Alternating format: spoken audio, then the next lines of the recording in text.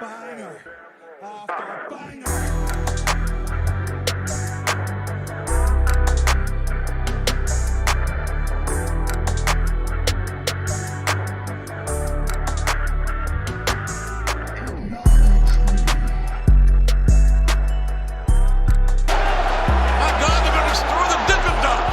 What's going on, guys? It's your boy Big Hero Chris back at you with another one. If you're new to the channel, go ahead and subscribe, leave me a thumbs up, ring the notification bell, hit me up on Twitter, TikTok, the community posts. You already know the vibes, man. First things first, happy holidays, happy new year to each and every one of you. I appreciate you guys so much for the year my channel has had, man. I really appreciate you guys to the moon and back.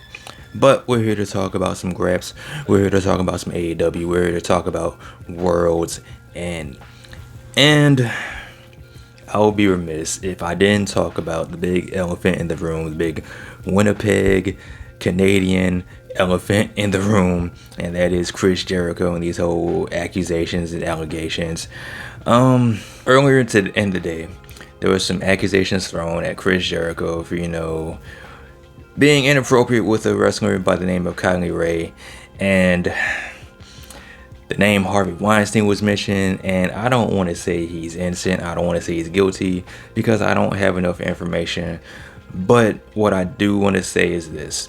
If he is indeed guilty of what he's being accused of, AEW needs to handle this. There needs to be some action that takes place.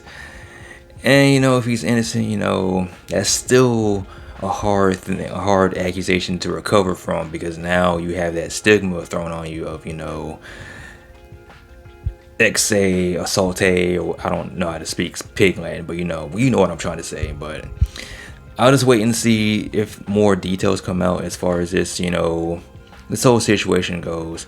But a group of people that were kind of hard on him was the people in Long Island. I'm just gonna go ahead and fast forward to the 8-man tag team match between Chris Jericho, Sammy Guevara, Sting, Darby Allin taking on the team of the Don Callis family and Ricky Starks and Big Bill.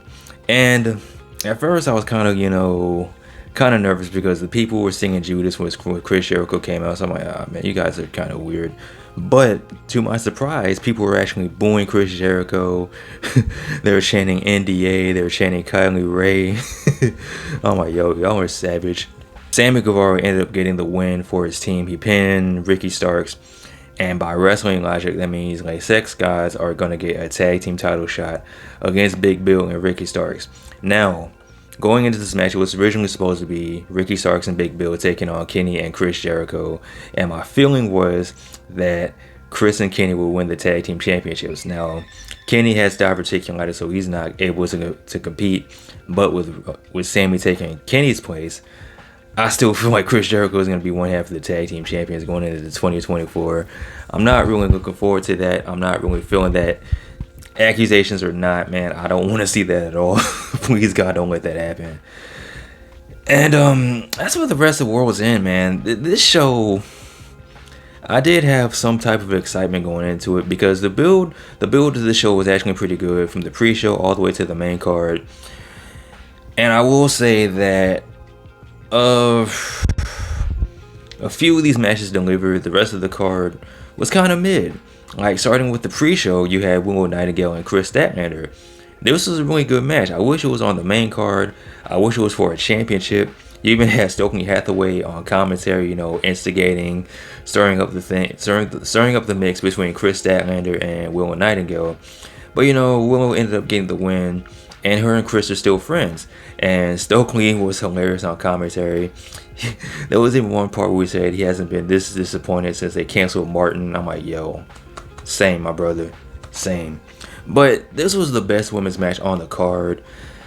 The other two women's matches, it wasn't really all that. Like, you had Riho and Toni Storm.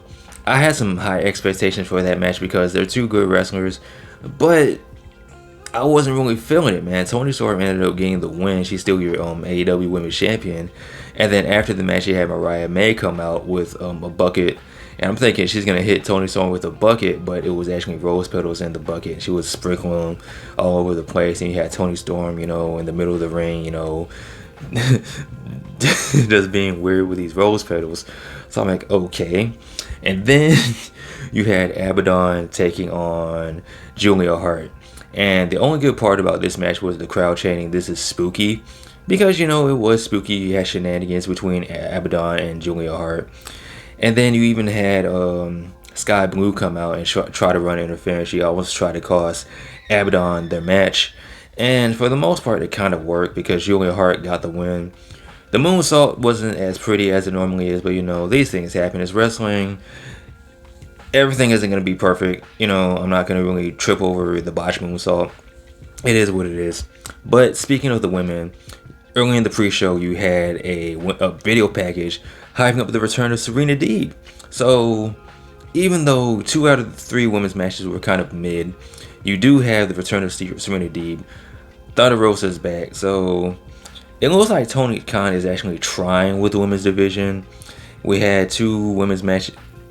We had 2 women's matches on Collision like a week ago, so there's an attempt there as far as the women's division goes. The most I've seen in like 4 years of AEW's existence.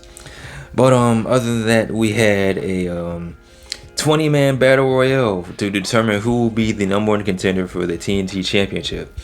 And I had no idea who any of these competitors were going into the match.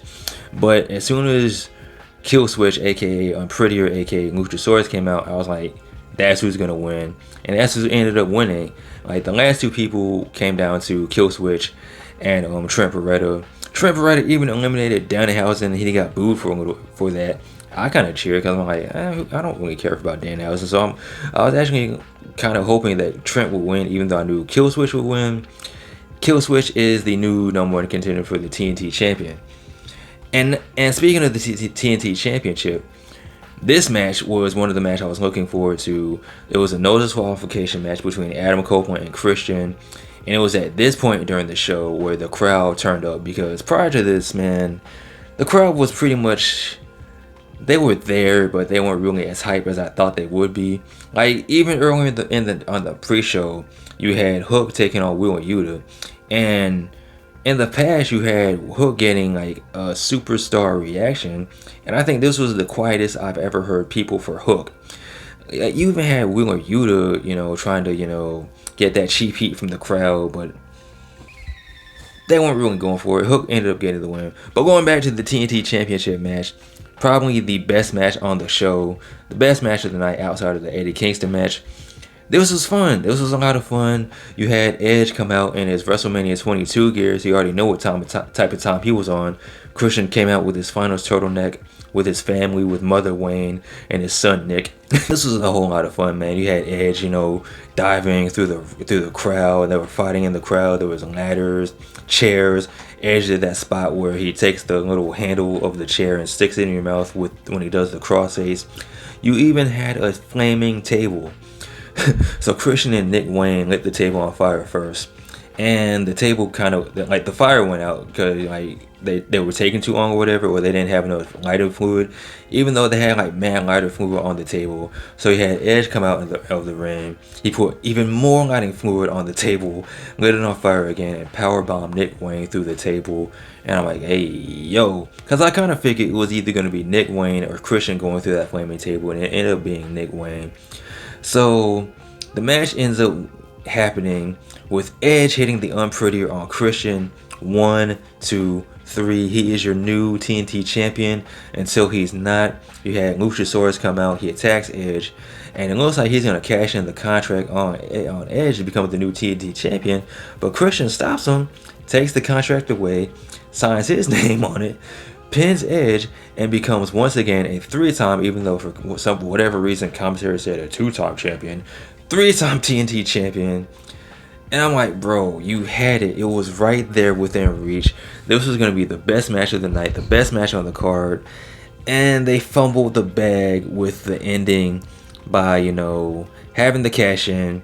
I understand why they did it, because, Edge was the first person to cash in the Money in the Bank contract. So I guess it's karma for all of that. But I'm like, you had it right there, man. You could have done something else. But it is what it is. Christian is once again your TNT champion. So yeah, man.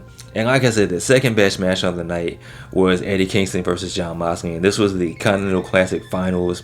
And Eddie Kingston finally did it, man. He finished the story. He came out with his finest kick pads on. And he's now officially the Triple Crown International Champion, Continental Ring of Honor, Heavyweight Galactic Champion. He has 3 belts now, so good for Eddie Kingston. He even had a moment between him and Jon Moxley at the end where they hug and they embrace, and Bryan Danielson was kind of on commentary with his eye patch. Speaking of Bryan Danielson, the show kicked off with an all-star 8-man tag team match, and this was the 3rd best match on the show.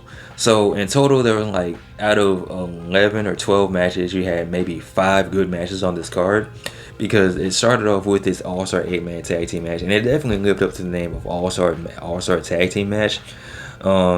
It was cool seeing Daniel Garcia and Bryan Danielson tag together, because it was interesting just seeing the interactions between Daniel Garcia and Bryan Danielson. Like, they were trying to show up each other. Like, Daniel Garcia was trying, like, it felt like he was trying to like low-key prove himself to Bryan Danielson. Brody King and Daniel Garcia were the 2 MVPs of this match. Like, you had Brody King barking at everybody. He got into Daddy Magic's face. He called him a bitch.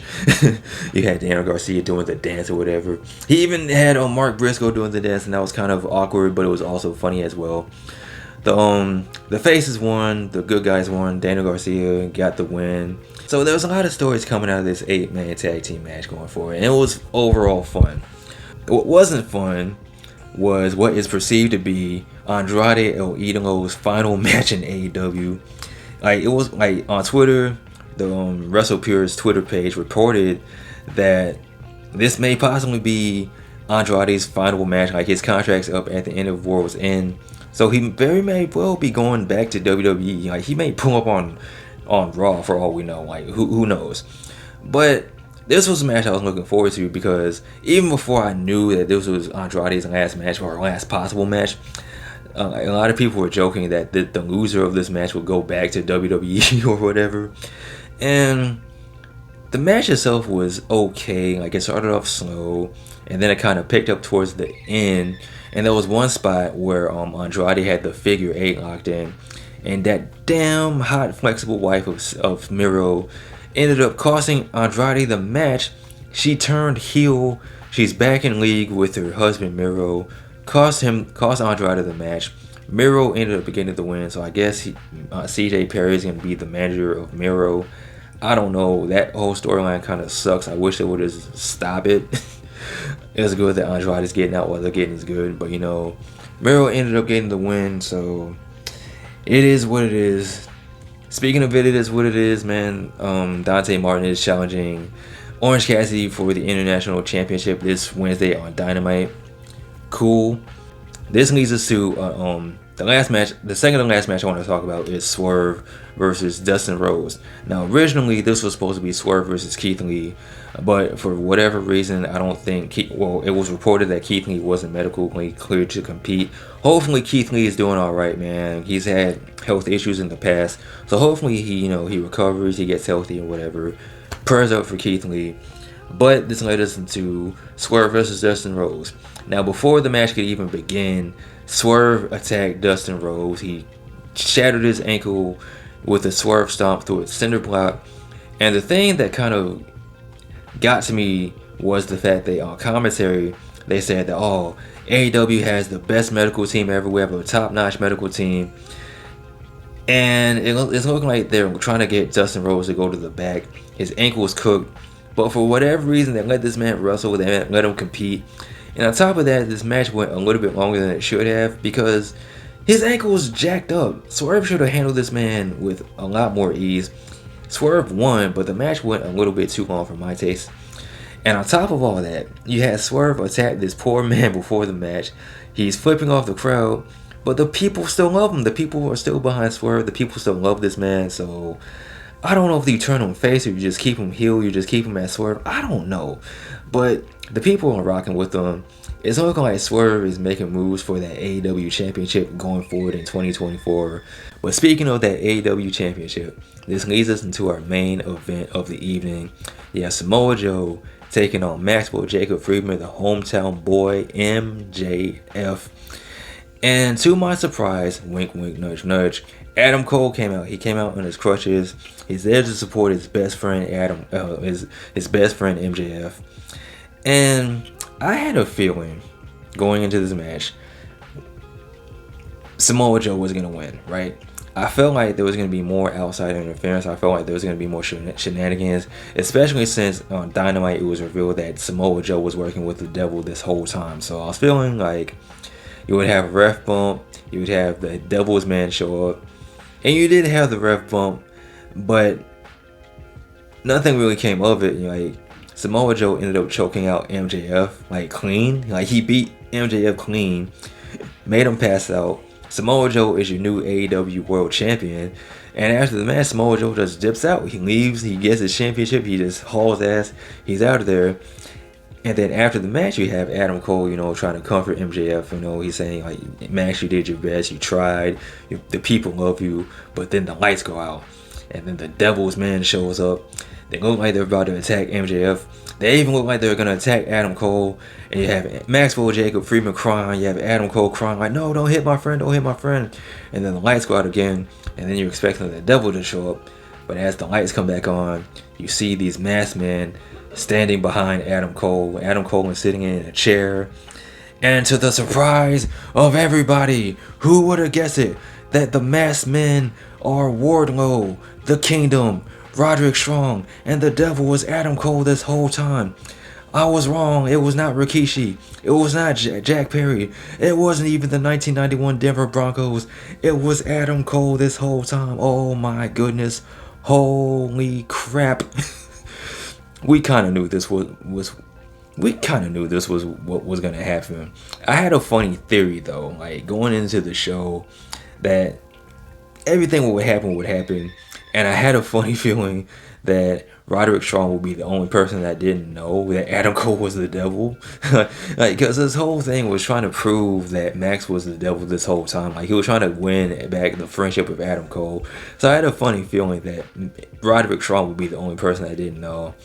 I was wrong. That was the only thing I was wrong about. Everything else was spot on. It was right on the money. And then you had MJF crying like, how could you do this to me, Adam? You're supposed to be my friend, you piece of shit. And that's how Worlds End ends. And that's how the final pay-per-view of AEW ends for 2023. And my final rating for this show, after this I'm not going to do ratings anymore, I'm just going to talk about it. But this show really does have to get the honorary mid. Because that's what it was, man. Outside of the Edge and Christian match, the Continental Classic match, the 8-man tag, the free show match with Willow and Chris, Worlds End was really mid, man. It wasn't all that good. There was plenty of times I wanted to check out, but I do the YouTube thing. I gotta review it, so here we are reviewing AEW. But with that being said, guys, let me know your thoughts on this show in the comment section below. Do you feel the same way as I do? Do you think it was mid? Do you think it was good? Do you think it was bad? Let me know. Are you equally as surprised as I am that Adam Cole is the devil this whole time? Let me know in the comment section below. Of course, as always, like, comment, and subscribe. Thank you guys so much for your continued love and support. Happy New Year. See you next year. Peace.